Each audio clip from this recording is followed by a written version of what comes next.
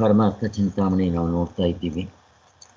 ಈ ಹಾಡಿನಲ್ಲಿ ಏನೇನು ಬಂತೋ ಎಲ್ಲವನ್ನೂ ಕೂಡ ನಮ್ಮ ಅನುಭವದಲ್ಲಿ ಈಗಲೇ ಇಲ್ಲೇ ಮುಕ್ತರಾದ ಮೇಲೆ ನಿಜವಾದ ಅನುಭವ.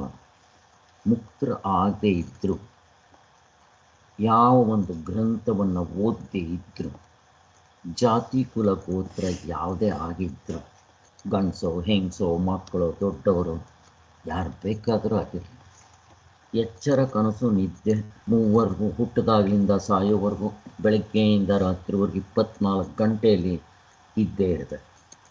ಇದರಿಂದ ಪೂರ್ತಿ ವೇದಾಂತದ ತಿರುಳೆಲ್ಲ ಅಲ್ಲಿದೆ. 3 ಅವಸ್ಥೆ ಬಿಟ್ಟು ಇನ್ನೊಂದು ಅವಸ್ಥೆ ತೋರಿಸಿ ನಾವು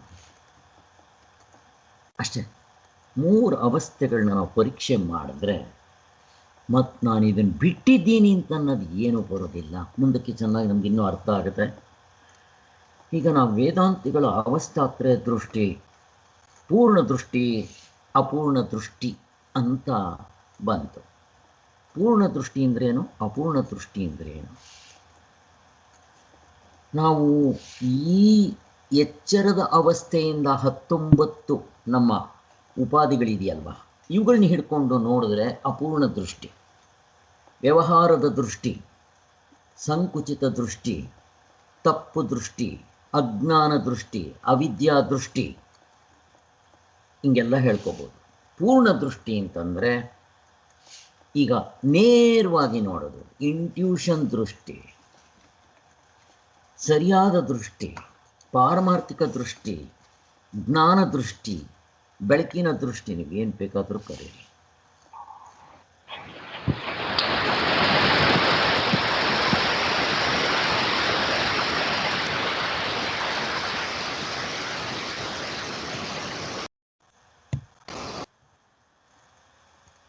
ಏನು ಲಕ್ಷ್ಮಮ್ಮನವ್ರು ಏರೋಪ್ಲೇನಲ್ಲೇ ಬಂದಂಗಿದೆ.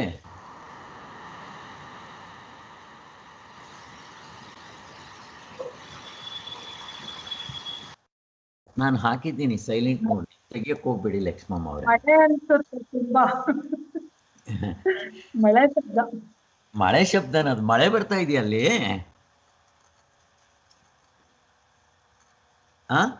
ಮಳೆ ಬರ್ತಾ ಇದೆಯಾ ಅಲ್ಲೇ? ಹೌದು, ಜೋರಾಗಿ ಬರ್ತಾ ಇತ್ತು. ಓಕೆ, ನಿಂತೋಗಿದೆ ಸರ್. ಓಕೆ. ಇಲ್ಲೂ ನಮಗೂ ಸ್ವಲ್ಪ ತ್ಯಾವ ಆಗಿತ್ತು ಬೆಳಿಗ್ಗೆ. ಯಾವಾಗಲೂ ಬೆಳಗ್ಗೆ ನಾನು ಮಾಡೋ 5 ಗಂಟೆ ಅಂದರೆ ನಮಗೆ ಬೆಳಗ್ಗೆ 3:30 ಆ ಸಮಯದಲ್ಲಿ ಏನು ಇರಲಿಲ್ಲ. ಇವಾಗ ನೋಡಿದ್ರೆ ಸ್ವಲ್ಪ ತ್ಯಾವ ಆಗಿತ್ತು. ಓಕೆ, ಅಲ್ಲಿಗೆ ಪೂರ್ಣ ದೃಷ್ಟಿ, ಅಪೂರ್ಣ ದೃಷ್ಟಿ. ಇದಕ್ಕೆ ನಮ್ಗೆ ಎಕ್ಸಾಂಪಲ್ ಕೊಡಬೇಕು ಅಂದರೆ ನೋಡಿ, ಭಗವತ್ಪಾದರು ಒಂದು ಎಕ್ಸಾಂಪಲ್ ಕೊಡ್ತಾರೆ. ನಾವು ಮನೆ ಒಳಗಡೆ ಇರ್ತೀವಿ, ಹೊರಗಡೆಯಿಂದ ಯಾರೋ ಕಲ್ಲು ಹೊಡೆದು ನಮ್ಮ ಗ್ಲಾಸ್ಗಳೆಲ್ಲ ಒಡೆದಾಕ್ತಾರೆ ಅಂತ ಇಟ್ಕೊಳ್ಳೆ. ಹೊರಗಡೆ ಯಾರೇನು ಮಾಡಿದ್ರು ನನಗೇನು ಗೊತ್ತಾಗುತ್ತೆ? ನಾನು ಒಳಗಡೆ ಇದ್ದೀನಿ. ಹಾಗೆ ನೀವು ಅವಸ್ಥೆ ಒಳಗಡೆ ಇದ್ಕೊಂಡು ಹೆಂಗೆ ನೋಡೋಕ್ಕೆ ಬರುತ್ತೆ ನಿಮಗೆ? ಎಚ್ಚರ ಆಗಲಿ, ಕನಸಾಗಲಿ, ನಿದ್ದೆಯಾಗಲಿ, ಒಳಗಡೆ ಇದ್ದರೆ ಅದ್ರ ಒಳಗಡೆ ಗೊತ್ತಾಗುತ್ತಪ್ಪ ನಿಮಗೆ. ನಿಮ್ಮ ಮನೆ ಒಳಗಡೆ ಯಾರಿದ್ದಾರೆ ಅಂತ ಗೊತ್ತಾಗುತ್ತೆ. ಹೊರಗಡೆಯಿಂದ ಯಾರೋ ಕಲ್ಲು ಹಾಕಿದ್ರೆ ನಿಮ್ಮ ಮನೆ ಹೊರಗಡೆಯಿಂದ ನಿಮ್ಗೇನು ಕಾಣುತ್ತೆ? ನೀವು ಹೊರಗಡೆ ಬರಬೇಕು. ಹಾಗೆ ನಾವು ಅಪೂರ್ಣ ದೃಷ್ಟಿ ಅಂದರೆ ಎಚ್ಚರದ ಒಳಗಡೆ ಇಟ್ಕೊಂಡು ಈ 19 ಮುಖಗಳು ಪ್ರಪಂಚದ ಜ್ಞಾನ ಮಾಡ್ಕೊತೀನಿ ಅಂತನೋ, ಈ ಸೈಂಟಿಸ್ಟ್ಗಳು ಮಾಡ್ಕೊತಾರಲ್ಲ ಹಾಗೆ ಜ್ಞಾನ ಮಾಡ್ಕೊತೀನಿ ಅಂತನೋ, ಅಥವಾ ದರ್ಶನಕಾರರು ಹೇಳಿದ್ರಲ್ವ, ಆ ಇದರಿಂದ ಸಿಗೋದಿಲ್ಲ. ಯಾಕೆ? ಇವರು ಪ್ರಪಂಚದ ಜ್ಞಾನ ಮಾಡ್ಕೊಳ್ಳೋ ಹಾಗೆ ಪರಮಾತ್ಮನ ಜ್ಞಾನ ಮಾಡ್ಕೊಳ್ಳೋಕೆ ಹೋಗ್ಬಿಟ್ರಿ. ಇವರು ದೊಡ್ಡ ಮನುಷ್ಯರು. ಹೆಂಗೆ ಸಿಗುತ್ತೆ? ಇದೇ ಕಣ್ಣಿಟ್ಕೊಂಡು ನಾನು ಪರಮಾತ್ಮನ ನೋಡ್ತೀನಿ ಅಂದರೆ ಹೇಗೆ? ಇದೇ ಮನಸ್ಸನ್ನು ಇಟ್ಕೊಂಡು ನಾನು ಪರಮಾತ್ಮನ ನೋಡ್ತೀನಿ ಅಂದರೆ ಹೆಂಗೆ? ಆಗೋದಿಲ್ಲ. ಅವನು 16 ಮೊಳ 19 ಮೊಳ ಅಥವಾ ಸುಮ್ಮನೆ ಅದು ಹೇಳ್ದು ಇನ್ಫಿನಿಟ್. ಅವನು ನನ್ನದು ಬರೀ 3 ಮೊಳ. 3 ಮೊಳದಿಂದ ಹೆಂಗೆ ಪಳಿತೀರೋದನ್ನು ಅಳೆಯೋಕ್ಕೆ ಬರೋಲ್ಲ. ಆದ್ದರಿಂದ ಇದಕ್ಕಿನ್ನೂ ಒಂದು ಎಕ್ಸಾಂಪಲ್ ಕೊಡ್ತೀನಿ ನೋಡಿ, ಚೆನ್ನಾಗಿ ಅರ್ಥ ಆಗುತ್ತೆ. ಈಗ ನಾನು ನನ್ನ ಮನೇಲಿದ್ದೀನಿ, 30-40, ನನ್ನ ಮನೆ ಎಷ್ಟೋ ಅಷ್ಟೇ ಗೊತ್ತು ನನಗೆ. ಈಗ ನಾನು ಹೊರಗಡೆ ಬರ್ತೀನಿ, ನನ್ನ ಮನೆ, ಪಕ್ಕದ ಮನೆ, ಹಿಂದಿನ ಮನೆ, ಮುಂದಿನ ಮನೆ ಗೊತ್ತಾಗುತ್ತೆ. ನಾನು ಟೆರೇಸ್ ಮೇಲೆ ಹೋಗ್ತೀನಿ, ಒಂದು 10ನೇ ಫ್ಲೋರ್ ಇತ್ತು ಅಂತ ಇಟ್ಕೊಳ್ಳಿ. ನನ್ನ ಏರಿಯಾ ಸುತ್ತಮುತ್ತಲು ಎಷ್ಟು ಕಾಣುತ್ತೋ ಅಷ್ಟು ಮಾತ್ರ ಕಾಣುತ್ತೆ. ಈಗ ನಾನು ಅದೇ ವಿಶ್ವೇಶ್ವರ ನೋಡೋಕ್ಕೆ ಬರುತ್ತಾ ನನಗೆ? ಅಶೋಕ ಪಿಲ್ಲರ್ ಹತ್ರ ಇದ್ಬಿಟ್ಟು ಬರೋದಿಲ್ಲ. ವಿಜಯನಗರ ನೋಡೋಕ್ಕೆ ಬರುತ್ತಾ? ಕಾಂಪ್ಲೆಕ್ಸ್ ನೋಡೋಕ್ಕೆ ಬರುತ್ತಾ? ಬರೋಲ್ಲ. ಈಗೇನು ಮಾಡಬೇಕು ನಾನು? ಹೆಲಿಕಾಪ್ಟರ್ನಲ್ಲಿ ಹೋದೆ ಅಂತ ಇಟ್ಕೊಳ್ಳಿ, ಎಷ್ಟು ಕಾಣಿಸುತ್ತೆ ನನಗೆ? ಇನ್ನೂ ಜಾಸ್ತಿ ಕಾಣಿಸುತ್ತೆ ಅವಾಗ. ನಾನು ಟೆರೇಸ್ ಮೇಲೆ ಹೋಗೋದಕ್ಕೂ ಹೆಲಿಕಾಪ್ಟರ್ನಲ್ಲಿ ಹೋಗೋದಕ್ಕೂ. ಬೈ ಚಾನ್ಸ್ ಏರೋಪ್ಲೈನಲ್ಲೋ ಹೆಲಿಕಾಪ್ಟರ್ನಲ್ಲೋ ಹೋದ್ರಿ ಅಂತ ಇಟ್ಕೊಳ್ಳಿ, ಪೂರ್ತಿ ಎಷ್ಟೊಂದು ಸಾರಿ ಒಂದೊಂದು ಸಾರಿ ನಾವು ಅಮೇರಿಕೆಯಿಂದ ಮೇಲಕ್ಕೆ ಹೋಗಿದ ತಕ್ಷಣ ಅಟ್ಲೀಸ್ಟ್ ಆ ಕ್ಯಾಲಿಫೋರ್ನಿಯಾ ಸ್ಟೇಟ್ ಅಂತಂದರೆ ಏನು ಅಷ್ಟು ನಮಗೆ ಚೆನ್ನಾಗಿ ಕಾಣ್ತಾ ಇರುತ್ತೆ, ಜಸ್ಟ್ ನಾವು ಮೇಲಕ್ಕೆ ಹೋಗಿದ್ದಕ್ಕೆ. ಇದನ್ನು ಈ ಪೂರ್ಣ ದೃಷ್ಟಿ ಅಂತ ಏರ್ಪೋರ್ಟ್ನಲ್ಲಿ ನಿಂತ್ಕೊಂಡು ಹೇಳಿದ್ದಕ್ಕೂ ಏರೋಪ್ಲೇನ್ನಲ್ಲಿ ಹೋಗ್ತಾ ಮೇಲಿಂದ ನೋಡೋದಕ್ಕೂ ಅಪೂರ್ಣ ದೃಷ್ಟಿ ಅಂತ, ಪೂರ್ಣ ಅಂತ ಕರಿತೀವಿ. ಬಟ್ ಹಾಗಾದರೆ ಏರೋಪ್ಲೇನ್ನಲ್ಲೇ ಹೋಗ್ಬಿಟ್ಟು ನೋಡೋಕ್ಕೆ ಬರುತ್ತಾ? ಬರೋದಿಲ್ಲ. ನೀವು ಆಫ್ಟರ್ ಆಲ್ ಭೂಮಿ ನೋಡ್ಬೋದು ಚಂದ್ರಲೋಕಕ್ಕೆ ಹೋದರೆ. ಈಗ ನಮಗೆ ಚಂದ್ರ ಹೇಗೆ ಕಾಣ್ತಾನೋ, ಚಂದ್ರಲೋಕಕ್ಕೆ ಹೋದಂಥ ಆ ಶರ್ಮನಿಗೆ ಭೂಮಿ ಗುಂಡಾಗಿ ಕಾಣ್ತಾ ಇರುತ್ತೆ. ಅವನ ಅನುಭವ ಅದು, ನಮ್ಮ ಅನುಭವ ಅಲ್ಲ. ಇರಲಿ, ಒಟ್ಟಿನಲ್ಲಿ ಭೂಮಿನ ಪೂರ್ತಿ ಅವನು ನೋಡ್ಬೋದು. ಈಗ 14 ಲೋಕಗಳಿದೆಯಲ್ಲ, ಅದನ್ನು ಎಲ್ಲಿಂದ ನೋಡ್ತೀರಾ? ನೋಡೋಕ್ಕೆ ಬರಲ್ಲ, ಮುಗಿದೋಯ್ತು. ಅದಕ್ಕೆ ಇದು ಅಪೂರ್ಣ ದೃಷ್ಟಿಯೇ. ಮತ್ತು ನೀವೆಂಥ ದೃಷ್ಟಿ ತೋರಿಸ್ತೀರ ಸ್ವಾಮಿ? ಎಚ್ಚರವನ್ನೂ ಮೀರಿರಬೇಕು. ಈಗ ನಾನು ಭೂಮಿಯಿಂದ ಮೇಲೆ ಹೋಗ್ಬಿಡ್ಬೋದು. ಭೂಮಿ ಎಲ್ಲಿದೆ? ಎಚ್ಚರದ ಒಳಗಡೆ ಇದೆ. ಬರೀ ಭೂಮಿ ಮಾತ್ರನೇ ಇರೋದು. ಇವನೇನೋ ಹೋದ ಮೇಲಕ್ಕೆ, ಅಲ್ಲಿ ಭೂಮಿ ಇವನಿಗಿಂತ ಬೇರೆ ವಸ್ತು ಥರ ಇತ್ತು, ಆಯಿತು. ಇನ್ನು 14 ಲೋಕಗಳು ಏನು ಮಾಡ್ತೀರಾ?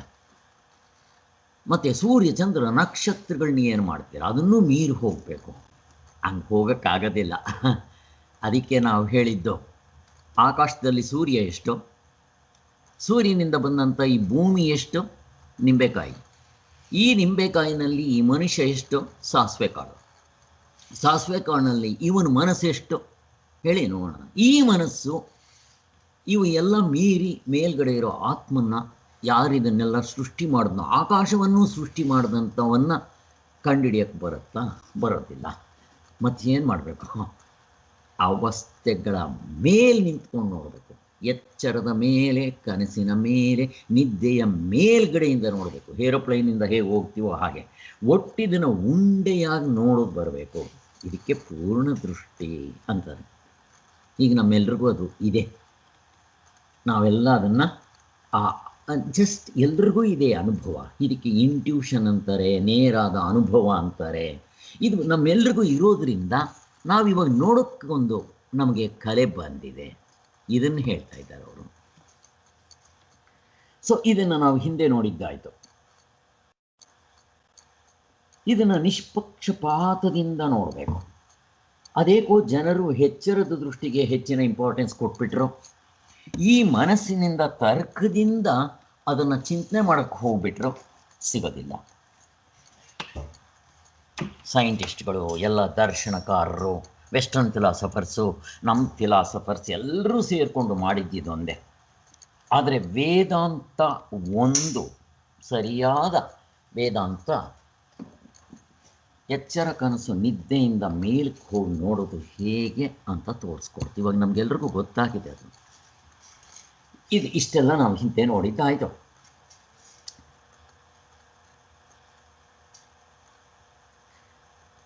ಆದರೆ ನಾವು ಎಚ್ಚರದ ಅವಸ್ಥೆ ಒಳಗಡೆ ಇಟ್ಕೊಂಡು ನೋಡಬೇಕಾದ್ರೆ ವ್ಯವಹಾರಕ್ಕಷ್ಟು ಸಾಕು. ಪಾರಮಾರ್ಥ ನಾವು ತಿಳ್ಕೋಬೇಕು ಅಂತಂದರೆ ಹೀಗೆ ನೋಡೋಕ್ಕೆ ಬರಲ್ಲ, ಪೂರ್ಣ ದೃಷ್ಟಿಯಿಂದ ನೋಡಬೇಕು ಅಂತ ಸ್ವಾಮಿಗಳು ಹೇಳಿದ್ದಾರೆ. ಅದನ್ನೇ ಇವಾಗ ನಾವು ನೋಡ್ಕೊಳಕ್ಕೆ ಹೋಗ್ತಾ ಇರೋದು. ಜಿಜ್ಞಾಸುಗಳನ್ನು, ಎಚ್ಚರವನ್ನು ಒಂದು ವಿಚಾರಿಸಿದ್ರೆ ಸಾಕಾಗೋದಿಲ್ಲ. ಮತ್ತು ಅದನ್ನು ಉಂಡೆಯಾಗಿ ಮಾಡಿಕೊಂಡು ಎಲ್ಲವನ್ನೂ ನೋಡಬೇಕು ಅಂತ ಇವಾಗ ನೋಡಿದ್ದಾಯಿತು. ಈ 3 ಅಸ್ತ್ರಗಳು ಸಮಾನವೆಂದು ಭಾವಿಸಿ ಮೂರನ್ನು ಪೂರ್ತಿ ಪರೀಕ್ಷೆ ಮಾಡಬೇಕಮ್ಮ. 3 ಪೂರ್ತಿಯಾಗಿ ಪರೀಕ್ಷೆ ಮಾಡಬೇಕು. ಅಂದರೆ 3 ಅವಸ್ಥೆಗಳಿಗಿಂತ ಹೊರಗಡೆ ಹೋಗಿ ಪರೀಕ್ಷೆ ಮಾಡಬೇಕು. ಆ ಥರ ಹೇಳಬೇಕು ಅಂದರೆ ಇದನ್ನು ಪೂರ್ಣ ಸಾರ್ವತ್ರಿಕ ಪೂರ್ಣಾನುಭವ ಅಂತ ಕರಿತೀವಿ. ಸಾರ್ವತ್ರಿಕ ಅಂದರೆ ಪ್ರತಿಯೊಬ್ಬರಿಗೂ ಇರದೇ 3 ಅನುಭವಗಳು: ಎಚ್ಚರ, ಕನಸು, ನಿದ್ದೆ. ಇದರಿಂದ ನಾವು ತತ್ವವನ್ನು ತಿಳ್ಕೊತೀವಿ. ಆದರೆ ಸ್ವಾಮಿಗಳು ಅಲ್ಲಿ ಕೆಳಗಡೆ ಟಿಪ್ ನೋಟ್ ಬರೆದಿದ್ದಾರೆ, ತುಂಬ ಇಂಪಾರ್ಟೆಂಟು. ಏನು ಬರೀತಾರೆ ಗೊತ್ತಾ?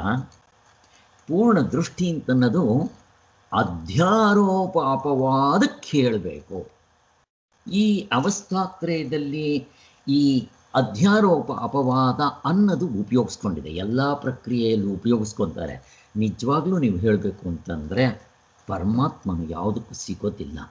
ಅದನ್ನು ಅಲ್ಲ ಅಲ್ಲ ಅಂತಲೇ ತೆಗೆದಾಕಿ ಅವನ ತತ್ವದಲ್ಲಿ ನಿಲ್ಲಿಸಬೇಕು. ನಿಜವಾಗ್ಲೂ ಹೇಳಬೇಕು ಅಂದರೆ ಅದೇ ಪೂರ್ಣ ದೃಷ್ಟಿ ಅಂತಾರೆ. ಹೀಗೆ ಅದು ಫುಟ್ ನೋಟ್ ಬರೆದಿದ್ದಾರೆ, ಅದು ನೋಡಿದ್ರೆ ನಿಮಗೆ ಚೆನ್ನಾಗಿ ಅರ್ಥ ಆಗುತ್ತೆ.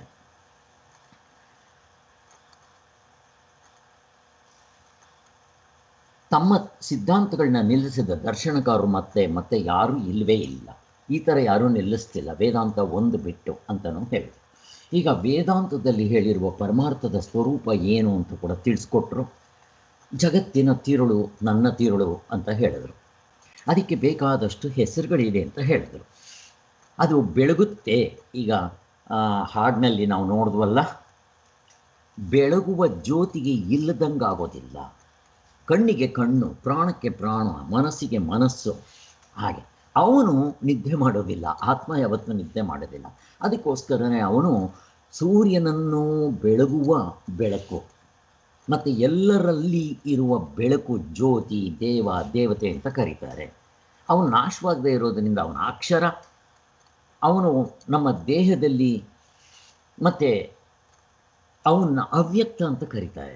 ಯಾಕೆ ಅಂದರೆ ಈ 19 ಮುಖಗಳು ಉಪಾಧಿಗಳಿಗೆ ಸಿಗೋದಿಲ್ಲ. ನಮ್ಮ ದೇಹದಲ್ಲಿ ಪ್ರಾಣಗಳು ಹೇಗೆ ಮುಖ್ಯವೋ ಅವನನ್ನು ಪ್ರಾಣಕ್ಕೆ ಪ್ರಾಣ ಅಂತ ಕರೀತಾರೆ. ಅವನ ಪ್ರಾಣ ಅಂತಲೂ ಕರೀತಾರೆ. ಆತ್ಮನ್ನ ಹೆಸರುಗಳು ಅಷ್ಟೇ. ಲಕ್ಷ್ಮಮ್ಮನವರು ಮತ್ತೆ ಮತ್ತೆ ನೀವು ಬರೋದು ಹೋಗೋದು, ಅವನು ಪ್ರಾಣ ಅಂತಲೂ ಕರೀತಾರೆ, ಅವನ ಆಕಾಶ ಅಂತ ಕರೀತಾರೆ. ಅಷ್ಟು ವ್ಯಾಪ್ತವಾಗಿರ್ತಾನೆ. ಇವೆಲ್ಲ ನೋಡಿದ್ದಾಯಿತು.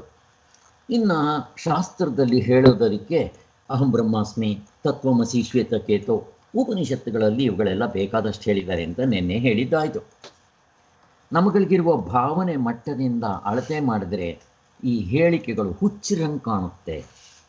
ನಿಜ ಅಲ್ವಾ? ಇದೆಲ್ಲ ಪ್ರತ್ಯಕ್ಷ ವಿರುದ್ಧವಾದ ಉಪನಿಷತ್ತುಗಳಿಗೆ ಅರ್ಥ ಅಲ್ಲ ಅಂತ ಮಿಕ್ಕ ವೇದಾಂತಿಗಳು ಹೇಳಿಬಿಡ್ತಾರೆ ಅಂತ ಹೇಳಿದ್ರು. ಈ ಕರ್ಮಕಾಂಡದಲ್ಲಿರೋವರಿಗೆ ಈ ಮೇಲ್ಗಡೆದೆಲ್ಲ ನೋಡಿಬಿಟ್ರೆ ಅವ್ರು ಏನು ಹೇಳ್ತಾರೆ ಅಂದರೆ, ಹೊಗಳೋದಕ್ಕೋಸ್ಕರ ಬಂದಿದೆ ಸ್ವಾಮಿ, ಅದು ಇಲ್ಲಿ ನಿಮಗೆ ಮೋಕ್ಷ ಆಗೋದಿಲ್ಲ ಅಂತ ಹೇಳ್ತಾರೆ. ಅದು ನೋಡಿದ್ದಾಯಿತು ನಿನ್ನೆ. ಈಗ ನಾವು ಮಾಡಬೇಕಾಗಿರೋದು ವೇದಾಂತ ಜ್ಞಾನದಿಂದ ಆಗುವ ಪ್ರಯೋಜನ. ಅದು ಇವತ್ತು ನಾವು ಮಾಡಬೇಕಾಗಿರೋದು. ಯಾವುದೇ ಒಂದು ತೊಗೊಂಡ್ರೂ ಕೂಡ ಅದಕ್ಕೆ ನೀವು ಯಾವುದೇ ಒಂದು ಪುಸ್ತಕ ತಗೊಳ್ಳಿ, ಅನುಬಂಧ ಚತುಷ್ಟಯ ಅಂತ ಹೇಳ್ತಾರೆ. 4 ಕನೆಕ್ಷನ್ಸ್ ಇದ್ದೇ ಇರುತ್ತೆ. 4 ಜ್ಞಾಪಕ ಇಟ್ಕೊಳ್ಳಿ. ನಮಗೆ ಗೊತ್ತಿರೋ ಸಾಧನ ಚತುಷ್ಟಯ. ಬ್ರಹ್ಮಜ್ಞಾನ ಆಗಬೇಕಾದ್ರೆ ಈ 4 ಕ್ವಾಲಿಫಿಕೇಷನ್ಸ್ ಇರಬೇಕು ಅಂತ ಹೇಳಿದ್ವಿ. ಹಾಗೆ ಅನುಬಂಧ ಚತುಷ್ಟಯ ಅಂತ ಹೇಳ್ತಾರೆ. ಈ ಅನುಬಂಧ ಚತುಷ್ಟಯ ಅಂದರೆ ಏನು?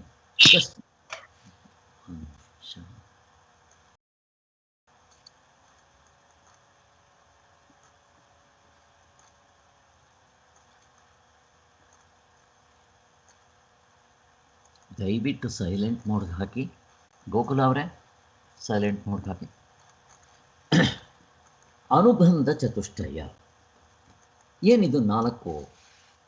ನೀವು ಯಾವುದೇ ಒಂದು ಪುಸ್ತಕ ಓದಬೇಕಾದ್ರೆ ಈ 4 ಕನೆಕ್ಷನ್ಸ್ ಇರಬೇಕು ಅಂತ ಹೇಳ್ತಾರೆ. ಫಾರ್ ಎಕ್ಸಾಂಪಲ್, ನಮ್ಮದು ಡಾಕ್ಟ್ರ್ ವೃತ್ತಿ ಅಂತ ಇಟ್ಕೊಳ್ಳಿ. ಅದರಲ್ಲಿ ಮೊದಲನೇದು ಅಧಿಕಾರಿ ಯಾರು? ಡಾಕ್ಟ್ರ್ ಕೋರ್ಸ್ ಓದಕ್ಕೆ ಹೋಗೋರು ಯಾರಪ್ಪ? ಡಾಕ್ಟರ್ ಆಗಬೇಕು ಅಂತ ಆಸೆ ಇರೋರು ಅಷ್ಟೆ. ಮತ್ತು ಅದರಲ್ಲಿ ಏನು ಟಾಪಿಕ್ ಇರುತ್ತೆ? ಆರೋಗ್ಯಕ್ಕೆ ಸಂಬಂಧಪಟ್ಟಿರೋದಿರುತ್ತೆ.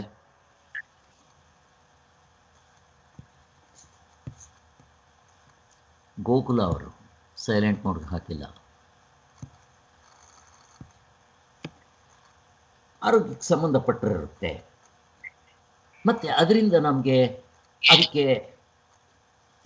ಹಲೋ ಗೋಕುಲ ಅವರೇ, ಪ್ಲೀಸ್ ಮತ್ತೆ ನೀವು ಸೈಲೆಂಟ್ ಮೋಡ್ಗೆ ತೆಗಿತಾ ಇದ್ದೀರಿ. ನಾನು ಹಾಕ್ತಾ ಇದ್ದೀನಿ, ನೀವು ಹಾಕಿ ಮುಟ್ಟಕ್ಕೆ ಹೋಗಬೇಡಿ. ನಾನು ಮ್ಯೂಟ್ ಮಾಡಿದ್ದೀನಿ, ದಯವಿಟ್ಟು ನೀವು ಮುಟ್ಟಕ್ಕೆ ಹೋಗಬೇಡಿ. ನಿಮಗೆ ಗೊತ್ತಾಗ್ತಾ ಇಲ್ಲ. ಆದ್ದರಿಂದ ಅದರ ಕನೆಕ್ಷನ್ ಏನು? ಯಾವುದಕ್ಕೆ ಕನೆಕ್ಟ್ ಆಗಿರುತ್ತೆ? ನಮ್ಮ ದೇಹ, ಅನಾಟಮಿ ಆಗ್ಬೋದು, ಫಿಸಿಯಾಲಜಿ ಆಗ್ಬೋದು, ಪೆಥಾಲಜಿ, ಎಲ್ಲ ಕಾಯಿಲೆಗಳು ಎಲ್ಲ ನಮ್ಗೆ ಅದರಿಂದ ಲಾಭ ಏನಪ್ಪ? ಕಾಯಿಲೆಗಳು ವಾಸಿ ಮಾಡ್ಕೋಬೋದು. ಇಷ್ಟೇ ತಾನೇ. ಹಾಗೆ ಒಂದು ಪುಸ್ತಕ ನೀವು ತಗೊಂಡ್ರೆ ಅದರಲ್ಲಿ 4 ಭಾಗಗಳಿರುತ್ತೆ. ಅದೇ ರೀತಿ ನಮಗೆ ಈ ಒಂದು ಈ ಪುಸ್ತಕ ತೊಗೊಂಡಿದ್ದೀವಲ್ಲ, ಪರಮಾರ್ಥ ಚಿಂತಾಮಣಿ, ಯಾವುದೇ ಆಗಲಿ ಉಪನಿಷತ್ ತಗೊಳ್ಳಿ, ಅದರಲ್ಲಿ ಹೇಳ್ತಾರೆ, ಮಾಂಡಿಕ್ಯ ಉಪನಿಷತ್ನಲ್ಲಿ ಇದರ ವಿಚಾರ ಬರುತ್ತೆ. ಅನುಬಂಧ ಚತುಷ್ಟಯ ಅಂತಾರೆ. ಇಲ್ಲಿ ಅನುಬಂಧ ಚತುಷ್ಟಯದಲ್ಲಿ ಅಧಿಕಾರಿ ಯಾರಪ್ಪ? ಫಸ್ಟ್ ಆಫ್ ಆಲ್ ಇದರಲ್ಲಿ ನಮಗೆ ಲಾಭ ಏನು? ಮೋಕ್ಷ. ಈ ಮೋಕ್ಷ ಬೇಕು ಅಂತಂದ್ರೆ ಅವನಿಗೆ ಏನು ಅಧಿಕಾರಿ ಇರಬೇಕು? ಸಾಧನ ಚತುಷ್ಟಯ ಇರಬೇಕು. ನಿತ್ಯಾನಿತ್ಯ ವಸ್ತು ವಿವೇಕ ಅವೆಲ್ಲ. ಮತ್ತು ಇದು ಯಾವುದಕ್ಕೆ ಸಂಬಂಧಪಟ್ಟಿದೆ? ಪಾರಮಾರ್ಥಕ್ಕೆ ಸಂಬಂಧಪಟ್ಟಿದೆ. ಶರೀರ ದೇಹ ಅಂದರೆ ಪ್ರಪಂಚ ಎಲ್ಲ ಸೇರ್ಕೊಂಡ್ಬಿಡ್ತೀವಿ.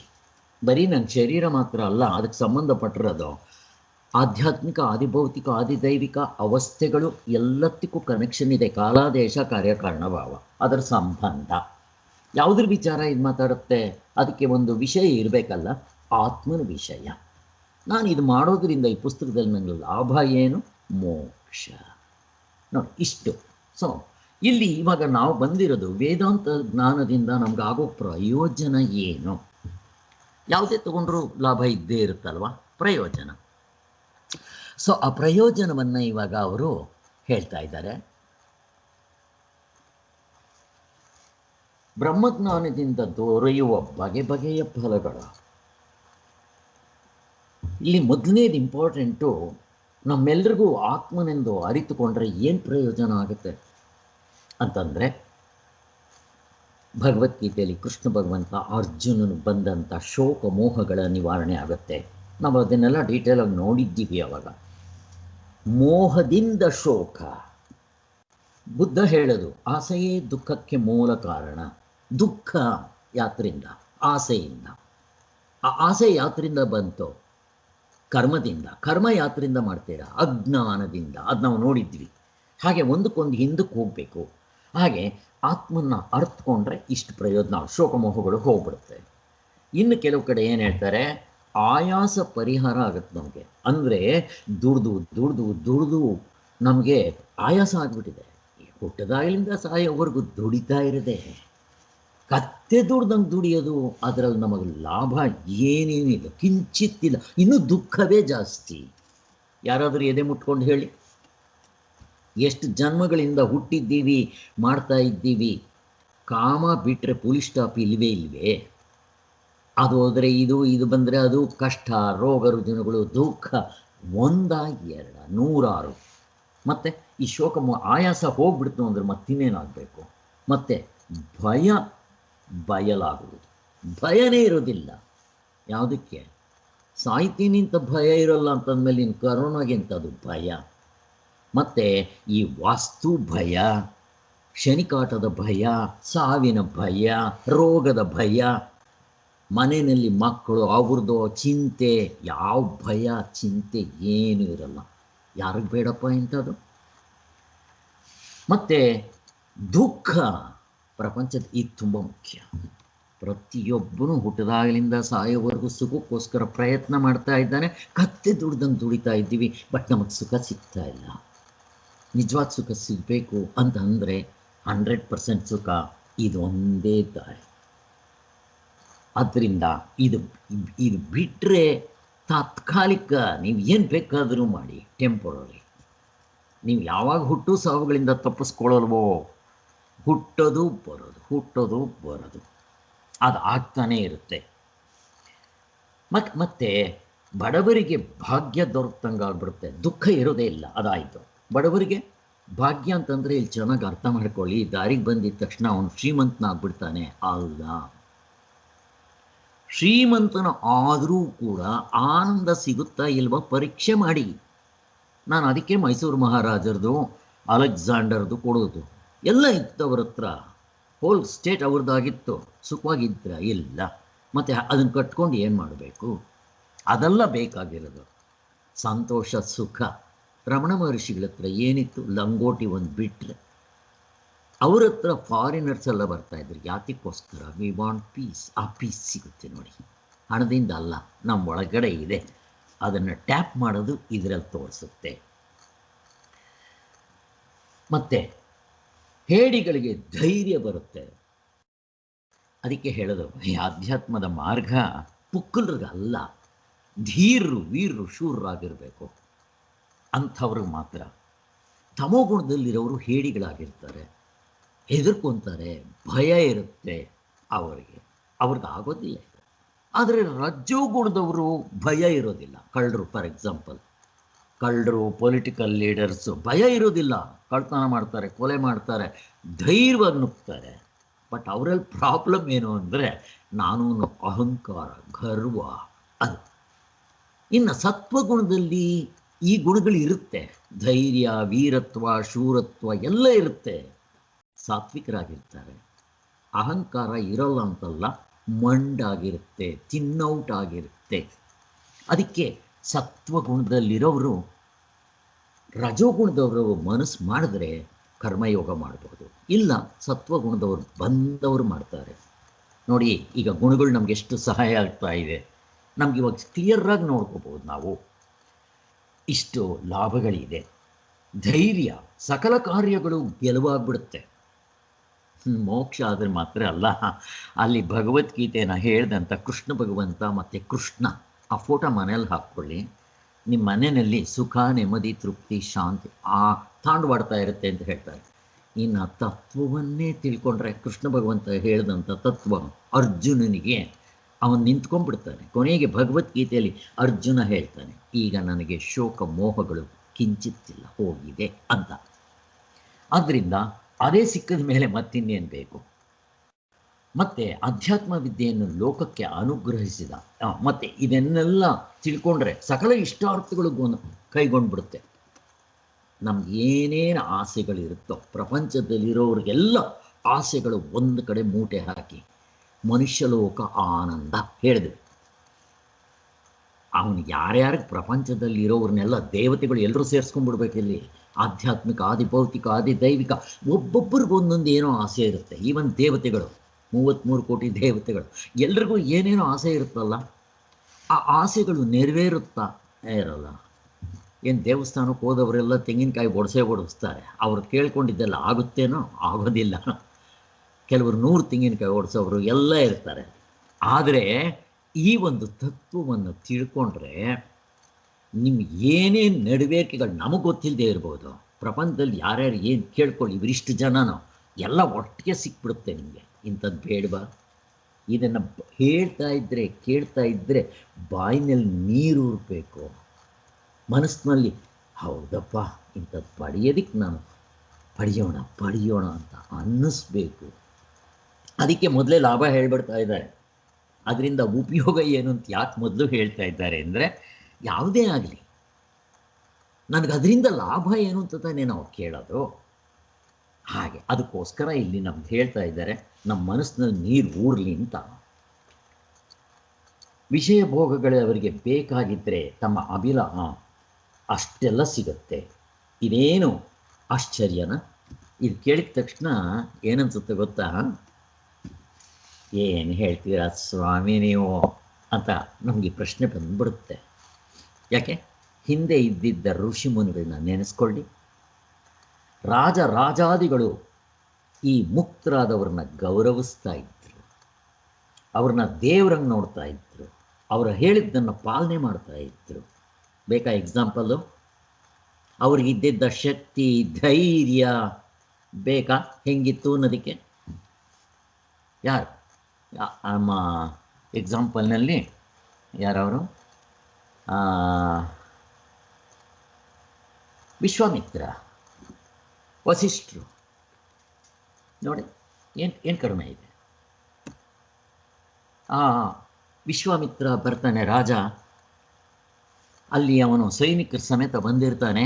ವಸಿಷ್ಠರ ಹತ್ರ ಕಾಮಧೇನು ಇರುತ್ತೆ, ಎಲ್ರಿಗೂ ಊಟ ಕೊಟ್ಬಿಡುತ್ತೆ. ಅವ್ನಿಗೆ ಆಶ್ಚರ್ಯ ಆಗ್ಬಿಡುತ್ತೆ, ಅಬ್ಬಾ ಈ ಒಬ್ಬ ಋಷಿ ಸರಿಯಾಗಿ ಅವನಿಗೆ ತಿನ್ನಕ್ಕಿಲ್ಲ ಜೋಪುಡಿ, ಅವನಿಗೇನೂ ಇಲ್ಲ, ಅಂಥದ್ದು ಇಷ್ಟು ಸೈನಿಕರಿಗೆ ಅದು ಮೃಷ್ಟಾನ್ನ ಭೋಜನ ಊಟ ಮಾಡಿಸ್ಬಿಟ್ನಲ್ಲ ಏನೋ. ಹಾಗಾದ್ರೆ ಕಾಮಧೇನು ನನಗೆ ಬೇಕು. ಇದೇ ಕಾಮನೆ, ಆಸೆ. ಕೊನೆಗೆ ಅವನು ಕೇಳ್ತಾನೆ, ಬರೋದಿಲ್ಲ ಅದು, ನೀನು ಬಂದರೆ ತೊಗೊಂಡೋಗು ಅಂತಾನೆ. ಯಾಕೆ ಬರೋದಿಲ್ಲ, ನಾನು ನೋಡ್ತೀನಿ ಅಂತ ಹೇಳಿ ಅವನು ಯುದ್ಧ ಮಾಡೋಕ್ಕೆ ಬಂದ್ಬಿಡ್ತಾನೆ. ಅವನು ಸೈನಿಕರು ಸಮೇತ ಬಂದಿದ್ದೇ ಯುದ್ಧ ಮಾಡ್ತಾರೆ. ಈ ಋಷಿ ಮುನಿಗಳು ಯುದ್ಧ ಮಾಡೋದಿಲ್ಲ.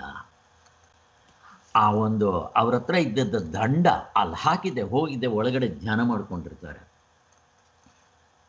ಅವನು ವಿಶ್ವಾಮಿತ್ರ ಕಡಿಮೆ ರಾಜ ಅಲ್ಲ, ಏನು ವೀರತ್ವ ಧೈರ್ಯತ್ವ ಎಲ್ಲ ಇತ್ತು. ಬಂದು ಆ ಒಂದು ಕಡ್ಡಿ ಬೂಟಿದ್ನಲ್ಲ ದಂಡ, ಅಲ್ಲಾಡ್ಸಕ್ಕಾಗಲಿಲ್ಲ ಅದನ್ನು. ಅಬ್ಬಾ, ಇಷ್ಟು ಶಕ್ತಿ ಇದೆಯಾ ಇವರಿಗೆ ಅಂತ ಹೇಳಿ ಅವ್ರಿಗೆ ಬಂದು ಶರಣಾಗತ ಆಗ್ಬಿಡ್ತಾನೆ. ಹೆಂಗೆ ಬಂತು ನಿಮಗೆ ಶಕ್ತಿ? ನಿಮ್ಮ ಧೈರ್ಯ, ವೀರತ್ವ, ಮತ್ತು ಅಷ್ಟೇ ವೈರಾಗ್ಯ ಚಕ್ರವರ್ತಿಗಳು. ಇಷ್ಟೆಲ್ಲ ಇದ್ದರೂ ಕೂಡ ನೀವು ಒಳ್ಳೆ ಲಂಗೋಟಿ ಕಟ್ಕೊಂಡು, ಪುಟ್ಕೋಸಿ ಕಟ್ಕೊಂಡು ಸಾಮಾನ್ಯವಾಗಿ ಜೀವನ ಮಾಡ್ತಾ ಇರ್ತೀರಾ. ನಿಮ್ಮಲ್ಲಿ ಅಂಥ ವಜ್ರ ವೈಡೂರ್ಯಗಳಿದೆ ಅಂತಂದ್ಬಿಟ್ಟು ಅವ್ನಿಗೆ ಆಶ್ಚರ್ಯ ಆಗುತ್ತೆ. ಹೇಳ್ತಾರೆ, ಒಳಗಡೆ ನಿಜವಾದ ಗಣಿ ಇದೆ, ಅದನ್ನು ಟ್ಯಾಪ್ ಮಾಡಿಕೊಂಡ್ರೆ ಇವು ಜುಜುಬಿ ಅಂತಾರೆ. ಜನಗಳಿಗೂ ಉಪಯೋಗಿಸ್ಕೊತಾ ಇದ್ರು, ಅವರಿಗೆ ಕಿಂಚಿತ್ತು ಉಪಯೋಗಿಸ್ತಾ ಇರಲಿಲ್ಲ ಅವರು. ಇದಕ್ಕಿಂತ ನಮಗೇನು ಬೇಕು? ಅದಕ್ಕೆ ರಮಣ ಮಹರ್ಷಿಗಳ ಹತ್ರ ಫಾರಿನರ್ಸ್ ಎಲ್ಲ ಬರ್ತಾ ಇದ್ದಿದ್ದು. ಈ ರಾಜರೂ ಹೋಗ್ತಾರೆ, ಎಲ್ಲರೂ ಹೋಗ್ತಾರೆ ಅವ್ರ ಹತ್ರ. ಲೆಕ್ಕ ಹಾಕ್ಕೊಳ್ಳಿ, ಹೋಗಿ ಅಷ್ಟಿತ್ತ ಅವ್ರು ಹೇಗಿರ್ತಾ ಇದ್ರು? ವೈರಾಗ್ಯ ಚಕ್ರವರ್ತಿಗಳಾಗಿ. ನೋಡಿ, ಮುಕ್ತರಾದ ಮೇಲೆ ಚೆನ್ನಾಗಿ ಮಜಾ ಮಾಡ್ಕೊಂಡಿರ್ತಾರೆ ಅಂತ ಅಲ್ಲ, ಕಾಡಿನಲ್ಲಿ ಇದ್ದರೂ ಕೂಡ ಅವರು ಬ್ರಹ್ಮಚರ್ಯ ಪಾಲನೆ ಮಾಡಿಕೊಂಡು ಮತ್ತು ಸರಳವಾದ ಜೀವನ ಮಾಡಿಕೊಂಡು ಮೂರ್ತು ದೇವ್ರ ಚಿಂತೆಯಲ್ಲಿ ಕಾಲ ಕಳೀತಾ ಇದ್ದವರವರು. ನಿತ್ಯ ಬ್ರಹ್ಮಚಾರಿಯಿಂದ ಪರಮಾತ್ಮ ಚಿಂತನೆಯಲ್ಲೇ ಕಾಲ ಕಳೀತಾ ಇದ್ದರು. ಒಂದು ಸಾರಿ ಮುಕ್ತರಾದ ಮೇಲೆ ಇನ್ನೇನು ಸಾಧನೆ ಬೇಕಾಗಿಲ್ಲ. ಆದರೂ ಅವರು ಅದೇ ಆನಂದದಲ್ಲಿ ಮುಳುಗಿ ತೇಲ್ತಾ ಇದ್ದರು. ಬಂದವರಿಗೆಲ್ಲ ಚೊಂಬಿನಲ್ಲಿ ನೀವು ಎತ್ಕೊಂಬರ್ಬೋದು. ನೀವು ನದಿಗೆ ಹೋದರೆ ಆ ಗಂಗೆ ತೊಗೊಂಬರ್ತೀರಲ್ಲ, ಹಾಗೆ ಬ್ರಹ್ಮಜ್ಞಾನಿಗಳ ಹತ್ರ ಹೋಗಿ ಅವ್ರ ದರ್ಶನ ಮಾಡಿದ್ರೆ ಸಾಕು. ಬೆಳಗ್ಗೆ ಹೇಳಿದ್ವಲ್ಲ, ಗುರುವಿನ ಕರುಣೆ, ಸ್ಪರ್ಶನ, ದರ್ಶನ, ಸಂಭಾಷಣ. ಹಾಗೆ ನಾವು ಕಾಶಿಗೆ ಹೋದರೆ ಗಂಗೆ ಎತ್ಕೊಂಡ್ಬರ್ತೀವಲ್ಲ, ಹಾಗೆ ಬ್ರಹ್ಮಜ್ಞಾನಿಗಳ ಹತ್ರ ಹೋದರೆ ಅದು ತಗೊಂಬರಬೇಕು ಅಂತ. ಹಾಗೆ ಆಶ್ರಮದ ಅತಿಥಿಗಳಿಗೆಲ್ಲ ಅಷ್ಟು ಚೆನ್ನಾಗಿ ಅವರು ಸೇವೆ ಮಾಡೋದು ಮಾಡ್ತಾಯಿದ್ರು. ಪುರಾಣಗಳಲ್ಲಿ ನಾವು ಕೇಳಿದ್ದೀವಿ, ನಮ್ಮ ಪುರಾಣಗಳಲ್ಲಿ ಹೇಳಿರೋದು, ಸಿದ್ಧಿಗಳ ಸ್ವರೂಪವನ್ನೇ ಅರಿಯದ ನಮಗೆ ಸಿದ್ಧಿ ಗೊತ್ತಿಲ್ಲ, ಪದ್ಧತಿ ಗೊತ್ತಿಲ್ಲ, ಬ್ರಹ್ಮಚರ್ಯ ಗೊತ್ತಿಲ್ಲ, ಧರ್ಮ ನೀತಿ ಏನು ಗೊತ್ತಿಲ್ಲ. ನಮ್ಗೆ ಆಶ್ಚರ್ಯ ಆಗ್ಬೋದು ಇವನ್ನೆಲ್ಲ ಕೇಳಿದ್ರೆ. ಆದರೆ ಇದೆಯೋ ಇಲ್ವೋ, ನಡೆದಿದೆಯೋ ಇಲ್ವೋ, ನೀವು ಯಾವುದೋ ಕಾಲದ್ದು ಹೇಳಬೇಡಿ. ರಾಮಕೃಷ್ಣ ಪರಮಹಂಸ ಎಂತೆಂಥವ್ರು ಬರ್ತಾಯಿದ್ರು ಅವ್ರ ಹತ್ರಕ್ಕೆ. ಹೆಬ್ಬೆಟ್ಟು ಗಿರಾಕಿ, ಕೊನೆಗೆ ಓದಕ್ಕೆ ಬರೋಲ್ಲ, ಸಿಗ್ನೇಚರ್ ಹಾಕಕ್ಕೆ ಬರೋಲ್ಲ. ಇದನ್ನು ವಿವೇಕಾನಂದರೇ ಹೇಳ್ತಾರೆ. ರಮಣ ಮಹರ್ಷಿಗಳು ಎಂಥೆಂಥವ್ರು ಅವ್ರ ಹತ್ರ ಹೋಗ್ತಾಯಿದ್ರು. ಅವ್ರಿಗೆ ಏನಿತ್ತು? ಅಷ್ಟು ಆನಂದವಾಗಿದ್ದರು. ಮತ್ತು ನಾವು ಪಡ್ಕೊಳ್ಳೋದಕ್ಕೆ ಪ್ರಯತ್ನ ಮಾಡಬೇಕೋ ಬೇಡವೋ? ಅಂಥದ್ದು ಯಾರು ಕೊಡೋದಲ್ಲ, ಈಸ್ಕೊಡೋದಲ್ಲ. ಒಳಗಡೆ ಇದೆ, ಟ್ಯಾಪ್ ಮಾಡ್ಕೊಳ್ಳೋದು ಕಷ್ಟನ? ಒಳಗಡೆ ಚಿನ್ನದ ಗಣಿ ಇದೆ. ನಾನು ಹೊರಗಡೆ ಭಿಕ್ಷಾ ಪಾತ್ರೆ ಇಟ್ಕೊಂಡು ಭಿಕ್ಷಾಂದೇಹಿ ಅಂತ ಹೋಗ್ತಾ ಇದ್ದೀನಿ. ಇದು ನಮ್ಮ ಕರ್ಮ ಅಂತಾರೆ ಅಷ್ಟೇ. ಅವ್ರು ನೋಡಿಬಿಟ್ಟು ನಿನ್ನ ಪ್ರಾರಬ್ಧ ಕರ್ಮ ಅಂತಾರೆ, ಏನೂ ಮಾಡೋಕ್ಕಾಗಲ್ಲ. ಇದರಿಂದ ಇಚ್ಛೆಯನ್ನು ಈಡೇರಿಸಿಕೊಳ್ಳುವ ಎಲ್ಲ ಬಗೆಯ ಸಾಧನಗಳು ತಮ್ಮಲ್ಲಿ ಸಿದ್ಧವಾಗಿದ್ದರೂ ಎಲ್ಲ ಇತ್ತು ಅವ್ರ ಹತ್ರ. ಆದರೆ ಅವು ಯಾವುದೂ ಬೇಕಾಗಿಲ್ಲ. ಯಾಕೆಂದರೆ ಒಳಗಡೆ ಆನಂದ ಸಿಕ್ಕಿರುತ್ತೆ ಅವರಿಗೆ. ಹೊರಗಡೆ ಆನಂದ ಕಟ್ಕೊಂಡು ಏನಾಗಬೇಕು? ಜುಜ್ಬಿ ಆನಂದ, ಪ್ರತಿಬಿಂಬ ಇದು. ಅದನ್ನು ಕಟ್ಕೊಂಡು ಏನಾಗಬೇಕು? ಒರ್ಜಿನಾಲಿಟಿ ಸಿಕ್ಕಿದ ಮೇಲೆ ಅವರಿಗೆ. ಆದರೂ ಅದರಿಂದ ಅವರು ಪರಮ ವೈರಾಗ್ಯದಿಂದ ಅವುಗಳನ್ನು ಕಡೆಗಣಿಸಿ ಆಧ್ಯಾತ್ಮ ಚಿಂತನೆಯಲ್ಲೇ ಮುಳುಗಿರ್ತಾ ಇದ್ದರು. ಪರಮಾತ್ಮ ಜ್ಞಾನಕ್ಕೆ ಅವರು ಎಂಥ ಬೆಲೆಯನ್ನು ಕಟ್ಟಿರಬೇಕು. ನಮ್ಗೆ ಇವನ್ನೆಲ್ಲ ನೋಡಿದ್ರೆ, ಈ ವಿಚಾರಗಳು ಕೇಳಿದ್ರೆ ನಮ್ಗೆ ಆಸೆ ಆಗಬೇಕು. ಈಗ ಬ್ರಹ್ಮಜ್ಞಾನವು ಅಸುರತ್ವವನ್ನು ತಪ್ಪಿಸಿ ಇನ್ನೊಂದು ಲಾಭ, ದುಃಖದಿಂದ ಪಾರುಗಾಣಿಸುತ್ತೆ. ಬ್ರಹ್ಮಜ್ಞಾನದಿಂದ ಇನ್ನೊಂದು ಉಪಯೋಗ ಏನಪ್ಪ? ಅಸುರಿ ಗುಣಗಳನ್ನ ತಪ್ಪಿಸ್ಬಿಡುತ್ತೆ. ಅಸುರತ್ವ, ಕಾಮ, ಕ್ರೋಧ, ಲೋಭ, ಮೋಹ, ಮದ, ಮಾತ್ಸರ್ಯ, ರಾಕ್ಷಸ ನಿಜವಾಗ್ಲೂ ನಮ್ಮ ವೈರಿಗಳು. ಹೊರಗಡೆ ಅಲ್ಲ ಇರೋದು, ನಮ್ಮ ಒಳಗಡೆ ಇದ್ದಾರೆ. ಕರೋನಾ ಹೊರಗಡೆ ಇರ್ಬೋದು, ಅದೆಲ್ಲ ನನಗೆ ವೈರಿ. ಅದಕ್ಕಿಂತ ಹೆಚ್ಚಿನ ವೈರಿ ಇಲ್ಲಿದೆ. ಭಯ, ಕಾಮ, ಕ್ರೋಧ, ಲೋಭ, ಮೋಹ, ಮದ ಇವುಗಳನ್ನ ಗೆದ್ದರೆ ಸಾಕಾಗುತ್ತೆ. ಇದು ಗೆಲ್ಲೋದಕ್ಕೆ ರಾಮನ ಜಪ ಮಾಡಿ ಅಂತನ್ನೋದು, ಕರ್ಮಯೋಗ ಮಾಡಿ ಅಂತನ್ನೋದು, ವಿಚಾರ ಕೇಳಿ ಅನ್ನೋದು, ಸಾಧನೆಗಳು ಮಾಡಿ ಅಂತ ಯಾಕೆ ಹೇಳ್ತಾರೆ ಅಂತಂದರೆ, ಇದು ಸಿಗಬೇಕು ಅಂತಂದರೆ ಅದು ಮಾಡಬೇಕು, ಟ್ಯಾಪ್ ಮಾಡಬೇಕಷ್ಟೇ ಮಾಡೋದಕ್ಕೆ. ಹೀಗೆ ಜನರಿಗೆ ಆಗುವ ಸಕಲ ದುಃಖಗಳಿಗೆ ಕಾರಣ ಏನು? ಈ ಅಸುರಿ ಗುಣಗಳಿದೆ, ರಾಕ್ಷಸಿ ಗುಣಗಳು. 16ನೇ ಅಧ್ಯಾಯದಲ್ಲಿ ನೋಡಿದ್ದಾಯ್ತು ನಾವು, ದೈವಿ ಗುಣಗಳು, ಅಸುರಿ ಗುಣಗಳು. ಸೊ ನಮಗೆ ಅಸುರಿ ಗುಣಗಳು ಇರದೇ 6. ಅವುಗಳನ್ನ ಗೆಲ್ಲಬೇಕಾದ್ರೆ ಏನು ಮಾಡಬೇಕು? ಅದಕ್ಕೆ ವಿರುದ್ಧವಾಗಿರೋದನ್ನು ಪ್ರಾಕ್ಟೀಸ್ ಮಾಡಬೇಕು. ಕಾಮ ಇದೆ, ವೈರಾಗ್ಯವನ್ನು ಪ್ರಾಕ್ಟೀಸ್ ಮಾಡಿ. ಕ್ರೋಧ ಇದೆ, ಪ್ರೀತಿಯನ್ನು ಪ್ರಾಕ್ಟೀಸ್ ಮಾಡಿ. ಯಾರ ಮೇಲೆ ಕ್ರೋಧ ಇರುತ್ತೋ ಅವ್ರನ್ನ ಪ್ರೀತಿಸೋಕ್ಕೆ ಪ್ರಯತ್ನ ಮಾಡಬೇಕು. ಎಷ್ಟು ಚೆನ್ನಾಗಿದೆ. ಬೆಂಕಿಯಿಂದ ಆರ್ಸೋಕ್ಕೆ ಬರೋದಿಲ್ಲ. ನಾವೇನು ಮಾಡ್ತೀವಿ, ಅಲ್ಲಿ ಬೆಂಕಿ ಇದ್ದರೆ ಅದಕ್ಕೆ ನಾವು ಸೀಮೆಣ್ಣೆ ಹಾಕ್ತೀವಿ, ಅವ್ರು ಪೆಟ್ರೋಲ್ ಹಾಕ್ತಾರೆ, ನಾವು ಗ್ಯಾಸ್ ಹಾಕ್ತೀವಿ. ನಾವು ಸೀಮೆಣ್ಣೆ ಹಾಕ್ತಾರೆ, ಪೆಟ್ರೋಲ್ ಹಾಕ್ತಾರೆ, ಗ್ಯಾಸ್ ಹಾಕ್ತಾರೆ. ಯಾವಾಗ ಅದು ಆರೋದು ಇನ್ನೂ ಜಾಸ್ತಿ ಆಗುತ್ತೆ. ಅದ್ರ ಬದಲು ಪ್ರೀತಿ ತೋರಿಸಿ ನೋಡಿ ಏನಾಗುತ್ತೆ ಅಂತ ಅನ್ನೋದು. ಆದ್ದರಿಂದ ಅದಕ್ಕೆ ವಿರುದ್ಧವಾಗಿರೋದನ್ನು ಸಾಧನೆ ಮಾಡಬೇಕು. ಅದೇ ರೀತಿಯೇ ಅದಂಬಿತ್ವ, ಅಮಾನಿತ್ವ, ಅದಂಬಿತ್ವ ಅವುಗಳನ್ನೂ ಎಲ್ಲ ಮಾಡಿಕೊಂಡು ಬರಬೇಕು ಅಂತ ಹೇಳ್ತಾ ಇರೋದು. ಇವೆಲ್ಲ ನಾವು ನೋಡಿದ್ವಿ, ಆಗಿದೆ. ಆದರೆ ಇಲ್ಲಿ ಹೇಳ್ತಾ ಇರೋದು, ಯಾರು ಆ ತತ್ವವನ್ನು ಕಂಡುಕೊಳ್ತಾರೋ ಅವರಿಗೆ ಇರೋದಿಲ್ಲ. ಇದೇನು ನಂಬ್ಕೋಬೇಕಾ? ಈಗ ಇಷ್ಟೆಲ್ಲ ಉಪಯೋಗಗಳು ಹೇಳಿದ್ರಲ್ಲ, ನಂಬ್ಕೋಬೇಕಾ ನಾನು? ಏನು ಸ್ವಾಮಿ, ನೀವು ಹೇಳೋ ಪ್ರಕಾರ ನೋಡಿದ್ರೆ ನಾನು ಸಾಧನೆ ಮಾಡಬೇಕು, ತತ್ವದಲ್ಲಿ ನಿಲ್ಲಬೇಕು, ಆಮೇಲೆ ಕಂಡ್ಕೋಬೇಕು? ಬೇಕಾಗಿಲ್ಲ.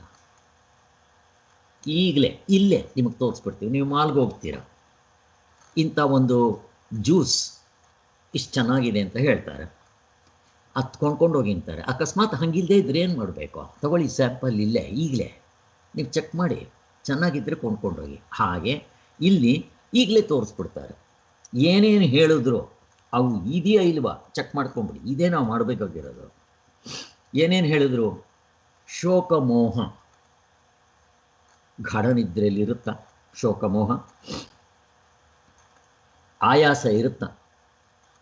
ಮಲಗಿಬಿಟ್ಟು ಎದ್ದರೆ ಎಷ್ಟು ಎನರ್ಜೆಟಿಕ್ ಆಗಿರ್ತೀವಿ, ಬ್ಯಾಟ್ರಿ ಚಾರ್ಜ್ ಆಗಿಬಿಟ್ಟಿರುತ್ತೆ.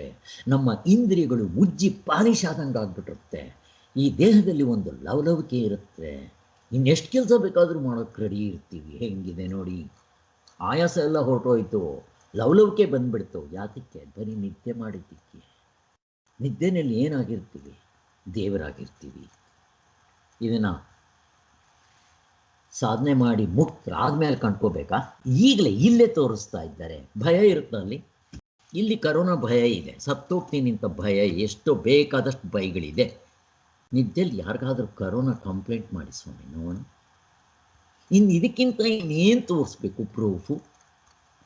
ಮತ್ತೆ ಅಲ್ಲಿ ಧೈರ್ಯ. ಫಸ್ಟ್ ಆಫ್ ಆಲ್ ಅಲ್ಲಿ ನಿಮಗೆ ಭಯ ಇರಲ್ಲ. ಕ್ವಶನ್ ಏನು ಬಂತಿಂದ ಅಲ್ಲಿ ಯಾವಾಗಲೂ ಹೋಗಲಿ ದುಃಖದಿಂದ ಇರ್ತೀವ. ಹೋಗಲಿ, ಅಲ್ಲೇನಾದರೂ ಕೆಲಸ ಮಾಡಬೇಕಾ? ಅಲ್ಲೇನೋ ಕೆಲಸ ಮಾಡಿದ್ರೆ ನಾನು ಆನಂದವಾಗಿರ್ತೀನಿ. ಏನೂ ಬೇಕಾಗಿಲ್ಲ. ಅಲ್ಲಿ ನೀರಡಿಕೆ ಇಲ್ಲ, ಬಾಯಾರಿಕೆ ಇಲ್ಲ, ಹೊಟ್ಟೆ ಹಸಿವಿಲ್ಲ, ರೋಗ ರುಜಿನಗಳ ಕಾಟ ಇಲ್ಲ.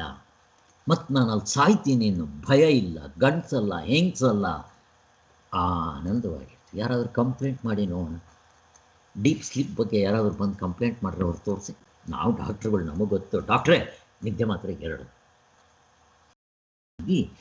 ಚೆಕ್ ಮಾಡ್ಕೊಂಡಿದ್ದಾಯಿತು. ಈಗ ಅಸುರಿ ಗುಣಗಳು ಕಾಮ, ಕ್ರೋಧ, ಲೋಭ, ಮೋಹ, ಮದ, ಮಾತ್ಸರ್ಯಗಳು ಕಿಂಚಿತ್ತಿದೆಯಾ ಅಲ್ಲಿ?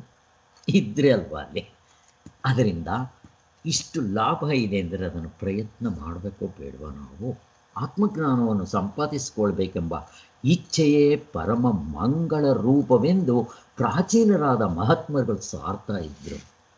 ಅದನ್ನೇ ಹೊಳೆ ನರಸೀಪುರ ಸ್ವಾಮಿಗಳು ಕಳೆಯಿಂದ 200 ಪುಸ್ತಕಗಳು ಬರೆದಿದ್ದಾರೆ.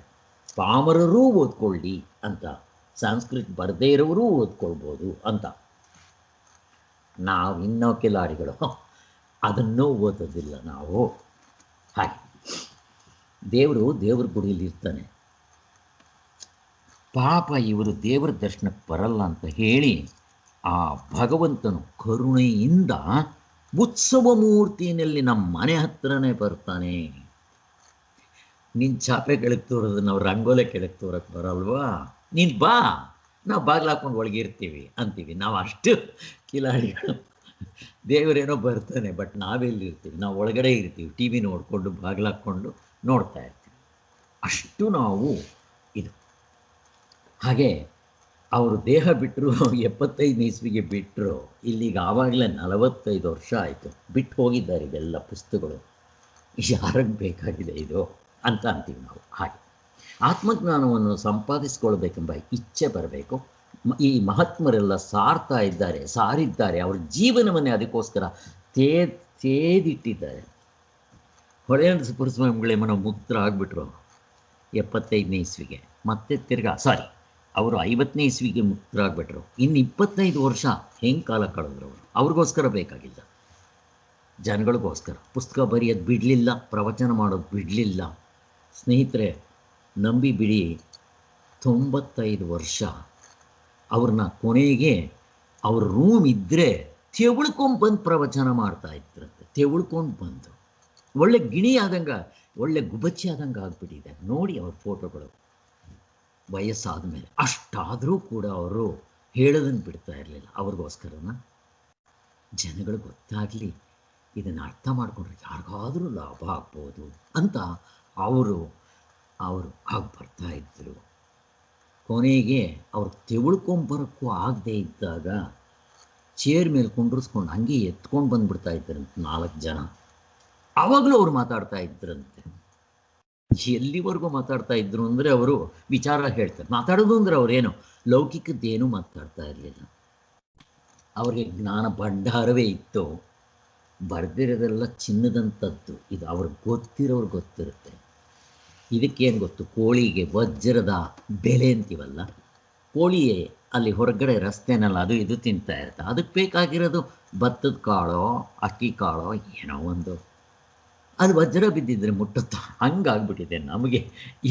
ಇವುಗಳ ಬೆಲೆ ಗೊತ್ತಿಲ್ಲ ನಮಗೆ. ನಾವು ಬೆಲೆ ಇಲ್ಲದೆ ಇರೋದಂತ ನಾವು ಮಾಡ್ಕೊಂಡ್ಬಿಟ್ಟಿದ್ದೀವಿ. ಬಟ್ ಎಷ್ಟು ಬೆಲೆ ಇದೆ ಅಂತ ಅದನ್ನು ಸ್ವಲ್ಪ ಆಳವಾಗಿ ಹೋಗಿ ನೋಡಿದ್ರೆ ಗೊತ್ತಾಗುತ್ತೆ. ಆ ವಜ್ರದ ವ್ಯಾಪಾರಿ ಗೊತ್ತಾಗುತ್ತೆ ಅದರ ಬೆಲೆ ಏನು ಅಂತ. ಹಾಗೆ ಯಾರು ಆತ್ಮನನ್ನು ಅರಿತುಕೊಳ್ಳದೆ ಆತ್ಮನ ಮರವೆಯಿಂದ ಅನಾತ್ಮ ವಿಚಾರದಲ್ಲಿಯೇ ಮುಳುಗಿರುತ್ತಾರೋ ಅವರೆಲ್ಲ ಆತ್ಮಹತ್ಯೆ ಮಾಡ್ಕೊಂಡಂಗೆ. ನಮಗೆ ಹೇಳ್ತಾ ಇರೋದು, ಯಾರು ನಮಗೆ ದೇವರು ಬೇಡ, ಮೋಕ್ಷ ಬೇಡ, ನಮಗೆ ಪ್ರಪಂಚ ಇರಲಿ ಅಂತ ಹೇಳ್ತಾರೋ ಅವ್ರು ಕೊಂದುಕೊಳ್ತಾ ಇದ್ದಾರೆ, ಆತ್ಮಹತ್ಯೆ ಮಾಡ್ಕೊತಾ ಇದ್ದಾರೆ ಅಂತ ಹೇಳ್ತಾ ಇದ್ದಾರೆ. ಯಾಕೆ ಅಂತಂದರೆ ಆತ್ಮಹತ್ಯೆ ಅಂದರೆ ಏನು ಅಂದರೆ ನಾವು ಸಾಯಬೇಕು ಮತ್ತು ಹುಟ್ಟು ಬರಬೇಕು. ಇದು ಆತ್ಮಹತ್ಯೆ ಅಲ್ವೇನೋ? ಅಂದರೆ ಇರ್ಬೋದು, ಅವರೇನು ನೇಣಾಕೊಂಡು ಸಾಯಬೇಕು ಅಂತ ಹೇಳ್ತಾ ಇಲ್ಲ. ಸತ್ಮೇಲೆ ತಿರ್ಗ ಹುಟ್ಟು ಬರಬೇಕು. ಈ ಸೈಕಲ್ಲು ಪುನರಪಿ ಜನನಂ ಪುನರಪಿ ಮರಣಂ ಇದು ಆಗ್ತಾನೇ ಇರುತ್ತೆ ಅಂತ ಹೇಳ್ತಾ ಇರೋದು. ಆದ್ದರಿಂದ ಈ ಸೈಕಲಿಂದ ನಾವು ತಪ್ಪಿಸ್ಕೋಬೇಕು ಅಂದರೆ ಪ್ರಯತ್ನ ಮಾಡಬೇಕು. ಮಾನವನಾಗಿ ಹುಟ್ಟಿದ್ದಕ್ಕೆ ಪ್ರತಿಯೊಬ್ಬ ಮನುಷ್ಯನ ನಿಜವಾದ ಕರ್ತವ್ಯ ಇದೊಂದೇ. ನಾವು ತುಂಬ ಕಿಲಾಡಿಗಳು, ಇದೊಂದು ಬಿಟ್ಟು ಮಿಕ್ಕಿರೋದೆಲ್ಲ ಮಾಡ್ತೀವಿ. ಯಾತಕ್ಕೆ ಬೇಕು? ಪ್ರಾಣಿಗಳು ಮಾಡುತ್ತೆ ಅಂತ ಅಂದ್ಬಿಡುತ್ತೆ ಶಾಸ್ತ್ರ. ಅದಕ್ಕೆ ನಾವು ಹುಷಾರಾಗಿ ಇನ್ನಾದರೂ ಕಣ್ ತೆಕ್ಕೊಂಡು ಈ ದಾರಿಗೆ ಬಂದು ಕೊನೆಯ ಹಂತಗಳಲ್ಲಿ ಅಟ್ಲೀಸ್ಟ್ ಇವುಗಳನ್ನ ಸ್ವಲ್ಪ ಚಿಂತನೆ ಮಾಡೋಣಪ್ಪ, ದೇವ್ರ ನಾಮ ಹೇಳ್ಕೋಣ ಅಂತ ನಮಗೆ ಮನಸ್ಸು ಬರಿಬೇಕು, ಒಲಿಬೇಕು. ಅವರು ಆ ಪಾತಕದ ಫಲವಾಗಿ ಅಸುರರ ಜನ್ಮದಲ್ಲಿ ಹುಟ್ಟುತ್ತಾ ಇದ್ದಾರೆ. ರಾಕ್ಷಸರಾಗ್ಬೋದು, ಪ್ರಾಣಿಗಳಾಗ್ಬೋದು. ತಿರ್ಗ ಮನುಷ್ಯ ಜನ್ಮ ಬರುತ್ತೆ ಅನ್ನೋ ಗ್ಯಾರಂಟಿ ಇಲ್ಲ. ಹಿಂದಿನ ಜನ್ಮದಲ್ಲಿ ಅದೇನು ಪುಣ್ಯನೋ ಮನುಷ್ಯ ಜನ್ಮ ಸಿಕ್ಕಿದೆ, ಬಟ್ ನಾನು ಉಪಯೋಗಿಸ್ಕೊಂಡನ? ನಾವೇ ಕ್ವಶ್ಚನ್ ಹಾಕ್ಕೋಬೇಕು. ನನ್ನ ನಿಜವಾದ ಆಯಸ್ಸೆಷ್ಟು ನೋಡ್ಕೋಬೇಕು. ಅವರನ್ನು ಮನುಷ್ಯರೆಂದು ಎಣಿಸುವುದಕ್ಕಿಲ್ಲ ಅಂತಾರೆ. ಅವರು ಇದ್ದರೂ ಒಂದೇ, ಸತ್ರು ಒಂದೇ ಅಂತ ಶಾಸ್ತ್ರ ಹೇಳ್ತಾ ಇದೆ. ಯಾಕಿದನ್ನು ಇಷ್ಟೊಂದು ಇದಾಗಿ ಹೇಳ್ತಾ ಇದ್ದಾರೆ ಅಂತಂದರೆ, ಒಂದು ಕಣ್ಣಿನ ನೋಟವು ಒಂದಿಷ್ಟು ಹಾಯದ ಕಾರುಗತ್ತಲೆಯ ಕವಿದಿರುವ ಇಷ್ಟೆಂಬ ಆಳದ ಲೆಕ್ಕವಿಲ್ಲದ ಹಾಳು ಬಾವಿಯೊಳಗೆ ಬಿದ್ದು ಕೆಳಕ್ಕೆ ಹೋಗುತ್ತಿರುವವರ ಬಾಳಿನಂತಿರುವುದು ಅವರ ಬಾಳು. ಯಾರು ಈ ದೇವರ ಕಡೆ ಬರೋದಿಲ್ವೋ, ಸಾಧನೆ ಮಾಡೋದಿಲ್ವೋ, ತತ್ವ ತಿಳ್ಕೋಬೇಕು ಅನ್ನೋ ಆಸೆ ಆಗೋದಿಲ್ವೋ ಅವ್ರ ಕತೆ ಹೇಳ್ತಾ ಇದ್ದಾರೆ. ಏನಾಗ್ತಾ ಇದೆ? ಅವರು ಆಳವಾದ ಬಾವಿನಲ್ಲಿ ಬಿದ್ದು ನರಳ್ತಾ ಇದ್ದಾರೆ ಅಂತಾರೆ. ಅದಕ್ಕೆ ನಮ್ಮ ಶಾಸ್ತ್ರದಲ್ಲಿ ಒಂದು ಎಕ್ಸಾಂಪಲ್ ಕೊಡ್ತಾರೆ. ಈ ಸಂದರ್ಭದಲ್ಲಿ ಅದನ್ನು ನೆನೆಸ್ಕೊಳ್ಳೋದು ತುಂಬ ಒಳ್ಳೆಯದು. ಒಂದು ಸಾರಿ ಏನಾಯಿತು, ಒಬ್ಬ ಕಾಡಿನಲ್ಲಿ ತಪ್ಪಿಸ್ಕೊಂಡ್ಬಂದ್ಬಿಡ್ತಾನೆ. ಒಂದು ಕಡೆಯಿಂದ ಹುಲಿ ಒಟ್ಟಿಸ್ಕೊಂಡ್ಬರುತ್ತೆ. ಒಂದು ಕಡೆಯಿಂದ ಹುಲಿ ಅಟ್ಟಿಸ್ಕೊಂಡ್ಬರ್ತಾ ಇದ್ದರೆ ಇವನೇನು ಮಾಡ್ತಾನೆ, ಹುಲಿ ಅಟ್ಟಿಸ್ಕೊಂಡ್ಬರ್ತಾ ಇದೆಯಲ್ಲ ಅಂತ ಆ ಕಡೆ ಹೋಗ್ತಾನೆ. ಆ ಕಡೆ ಹೋಗ್ತಾ ಇದ್ದರೆ ಅಲ್ಲಿ ಒಂದು ಚಿರತೆ ಹತ್ತಿಸ್ಕೊಂಡ್ಬರುತ್ತೆ. ಎರಡು ಕಡೆ ಬರ್ತಾ ಇದೆಯಲ್ಲ ಅಂತ ಅವ್ನು ಬೇರೆ ಕಡೆ ಹೋಗ್ತಾನೆ. ಒಂದು ದೊಡ್ಡದು ಹಳ್ಳ ಇರುತ್ತೆ, ಹಳ್ಳದ ಒಳಗಡೆ ಬಿದ್ದೋಗ್ಬಿಡ್ತಾನೆ. ಅದೆಲ್ಲ ಏನೋ ಮುಚ್ಚೋಗ್ಬಿಟ್ಟಿರುತ್ತೆ, ಗೊತ್ತಾಗೋದಿಲ್ಲ ಇವನಿಗೆ. ಓಡಿ ಹೋಗ್ತಾ ಇರ್ತಾನೆ, ಅಲ್ಲಿ ಒಳಗಡೆ ಬಿದ್ದೋಗ್ತಾನೆ.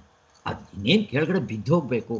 ಕೊನೆಗೆ ಅವನಿಗೆ ಏನೋ ಅಲ್ಲಿ ಈ ಏನೋ ಈ ಏನಂತಾರೆ ಬಳ್ಳಿ ಸಿಗುತ್ತೆ, ಬಳ್ಳಿನ ಹಿಡ್ಕೊಂಡ್ಬಿಡ್ತಾನೆ.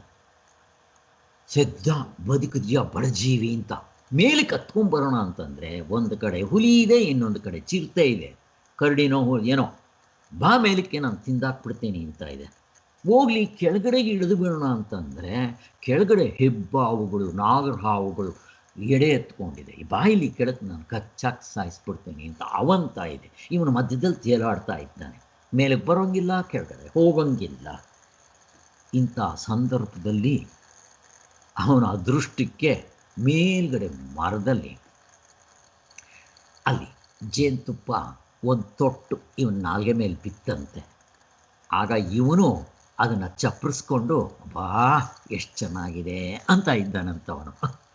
ಈಗ ಅವನಿಗೆ ಆ ಹಗ್ಗನೋ ಅಥವಾ ಇದು ಇಟ್ಕೊಂಡಿದ್ನಲ್ವ, ಏನಂತಾರೆ ಅದನ್ನು, ಗಿಡದ ಒಂದು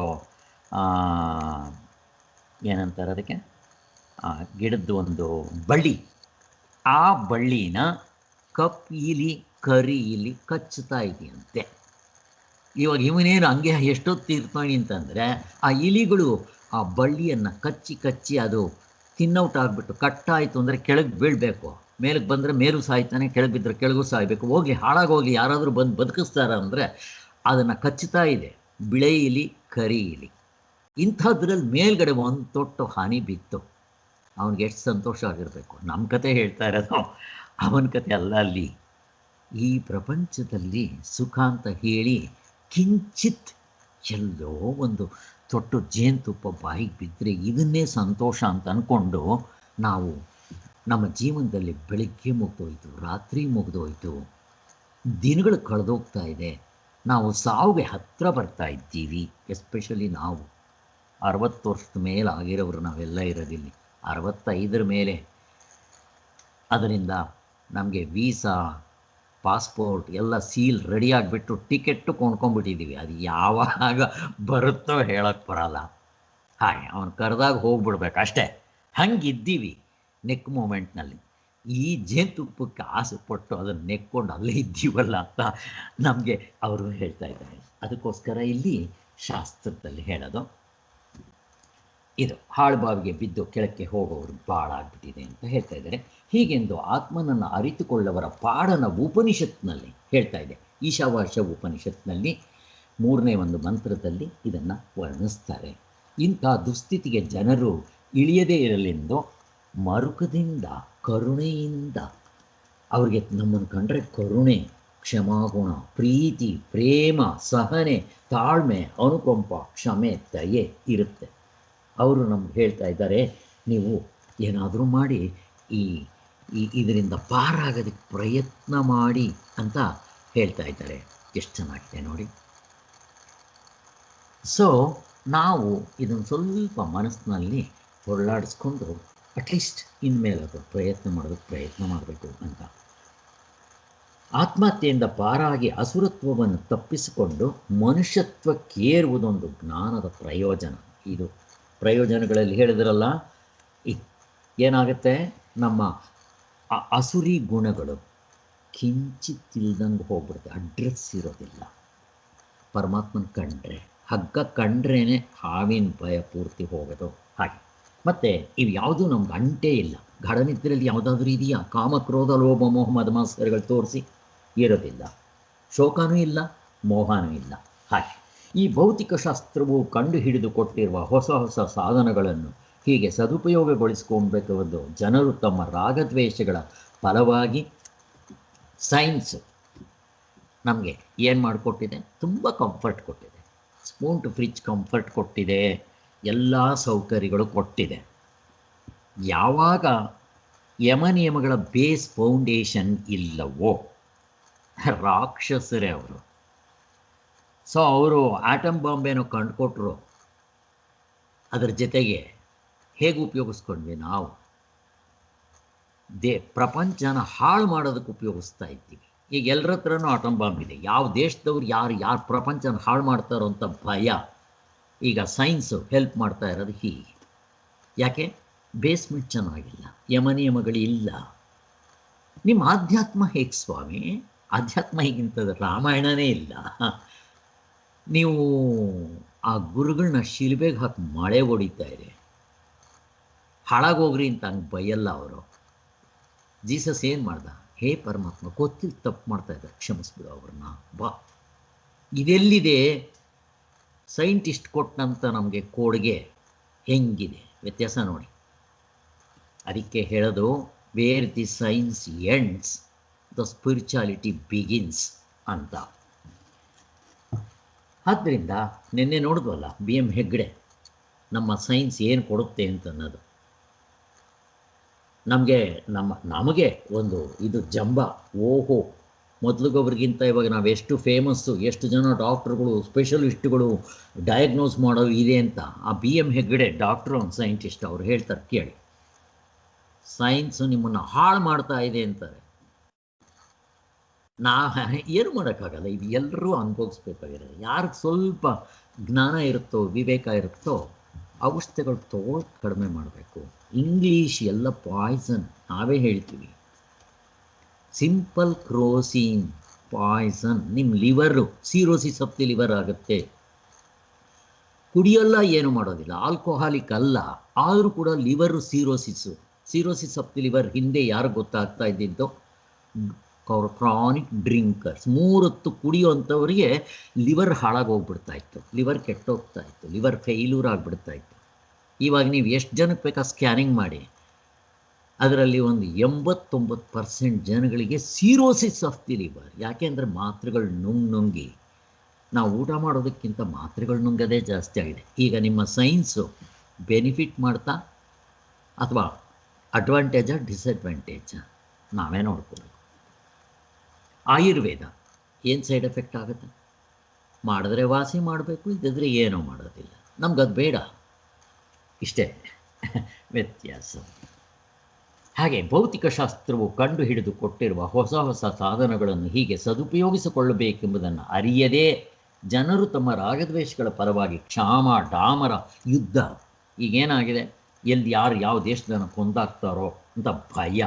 ಅವುಗಳಲ್ಲಿ ಯಾವುದೊಂದು ಕಾಣಿಸ್ಕೊಂಡ್ರಂತೂ ಈ ಘಟನೆಗೆ ಯಾರು ಹೊಣೆ ಅನ್ನೋದೇ ಕಂಡುಹಿಡಿಯೋಕ್ಕೆ ಬರಲ್ಲ. ಒಬ್ಬರ ಮೇಲೊಬ್ಬರು ತಪ್ಪನ್ನು ಹೊರಿಸ್ತಾ ತಮ್ಮ ರಾಗದೇಶಗಳಿಗೆ ಮತ್ತಷ್ಟು ಸಾಣೆ ಎಣಿತಾ ಇದ್ದಾರೆ. ಬಾ, ನಿನಗೆ ನಾನೊಂದು ಕೈ ನೋಡ್ಕೊತೀನಿ ಅಂತ. ದೈವ ನಿಯಮದಿಂದ ಜನರು ದೇಶಗಳು ನಾಶವಾದಾಗ ದಿಕ್ಕು ಕಾಣದೆ ಅಯ್ಯೋ ಅಪ್ಪ ಕೊಯ್ಯೋ ಮರೋ ಅಂತ ನರಳ್ತಾ ಇದ್ದೀವಿ ಅಂತ ಬೊಬ್ಬೆ ಇಡ್ತಾ ಇದ್ದಾರೆ. ಇಂಥ ದುರಾವಸ್ಥೆಯಲ್ಲಿ ಭೌತಿಕ ವಿದ್ಯೆಯು ಅವರಿಗೆ ಯಾವುದೊಂದು ದಾರಿ ತೋರ್ಸೋಕ್ಕಾಗದೆ, ಸೈನ್ಸು ಏನು ಮಾಡುತ್ತೆ? ದಾರಿ ತೋರ್ಸೋಕ್ಕೆ ಬರುತ್ತಾ? ಅದಕ್ಕೆ ತೋರಿಸ್ದೆ ಅದು ಹೇಳುತ್ತಂತೆ, ಇನ್ನು ಮೇಲೆ ನಿಮ್ಮ ಬುದ್ಧಿ ನಿಮ್ಮ ಕೈಯಲ್ಲಿರಲಿ, ನಾನು ಮಾಡಿದ್ದೆಲ್ಲ ಮಾಡಿಬಿಟ್ಟಿದ್ದೀನಿ, ಇನ್ನು ನನ್ನ ಕೈಯಲ್ಲಿ ಏನೂ ಮಾಡೋಕ್ಕಾಗಲ್ಲ ಅಂತ ಕೈ ಎತ್ಕೊಂಡಿದೆಯಂತೆ. ಎಂಥ ನಿರಾಶ ಮಂತ್ರವನ್ನು ಜಪಿಸ್ತಾ ಇದೆ. ಇದು ಸೈನ್ಸಪ್ಪ. ಯಾಕೆಂದರೆ ಸೈನ್ಸು ಕೂಡ ಕಾಲ ದೇಶ ಕಾರ್ಯಕಾರಣ ಭಾವದಲ್ಲಿರುತ್ತೆ, ಅವಸ್ಥೆ ಒಳಗಡೆ ಇರುತ್ತೆ, ಮೀರಕ್ಕಾಗಲ್ಲ. ಆ ಕಾಲಕ್ಕೆ ಪರಮಾರ್ಥದ ನೆರವಿದ್ದರೆ ಜನರು ಅಸುರ ಸಂಪತ್ತವನ್ನು ಬಿಟ್ಟು ಮನುಷ್ಯತ್ವಕ್ಕೆ ಬಂದಾರೆಂಬುದೇ ಅಲ್ಲ. ದಾನ ಧರ್ಮ ನೋಡಿ, ಅದೇ ಆಧ್ಯಾತ್ಮ ಮಾರ್ಗ ಬಂದರೆ ಎಷ್ಟು ಬದಲಾವಣೆ ಆಗಿಬಿಡ್ತಾರೆ. ದಾನ ಧರ್ಮ ದಯೆ ಪರೋಪಕಾರ ಮುಂತಾದ ಅಧ್ಯಾತ್ಮದ ಬಾವುಟಗಳನ್ನು ಮೇಲಕ್ಕೆತ್ತಿ ಮನುಷ್ಯತ್ವದಿಂದ ದೇವತ್ವವನ್ನು ಪಡಿತಾ ಇದ್ದರು. ಇದೊಂದು ಮಹಾಪ್ರಯೋಜನ ಅಲ್ಲವೇ ಅಂತ ಹೇಳ್ತಾರೆ. ಇಲ್ಲಿಗೆ ಪ್ರಯೋಜನಗಳೆಲ್ಲ ಮುಗಿದಿದೆ. ನೆಕ್ಸ್ಟ್ ಇದರಲ್ಲಿ ನಾವು ವೇದಾಂತಿಗಳು ಹೇಳಿರುವ ನಮ್ಮ ಸ್ವರೂಪವು ಅಸಂಸಾರಿ ಅನ್ನೋದನ್ನು ಹೇಳ್ತಾರೆ. ನೋಡೋಣ, ಯಾರಾದರೂ ಪ್ರಶ್ನೆ ಇದ್ದರೆ ಕೇಳಿ. ಓಂ ಶಾಂತಿ ಶಾಂತಿ ಶಾಂತಿ. ಜೈ.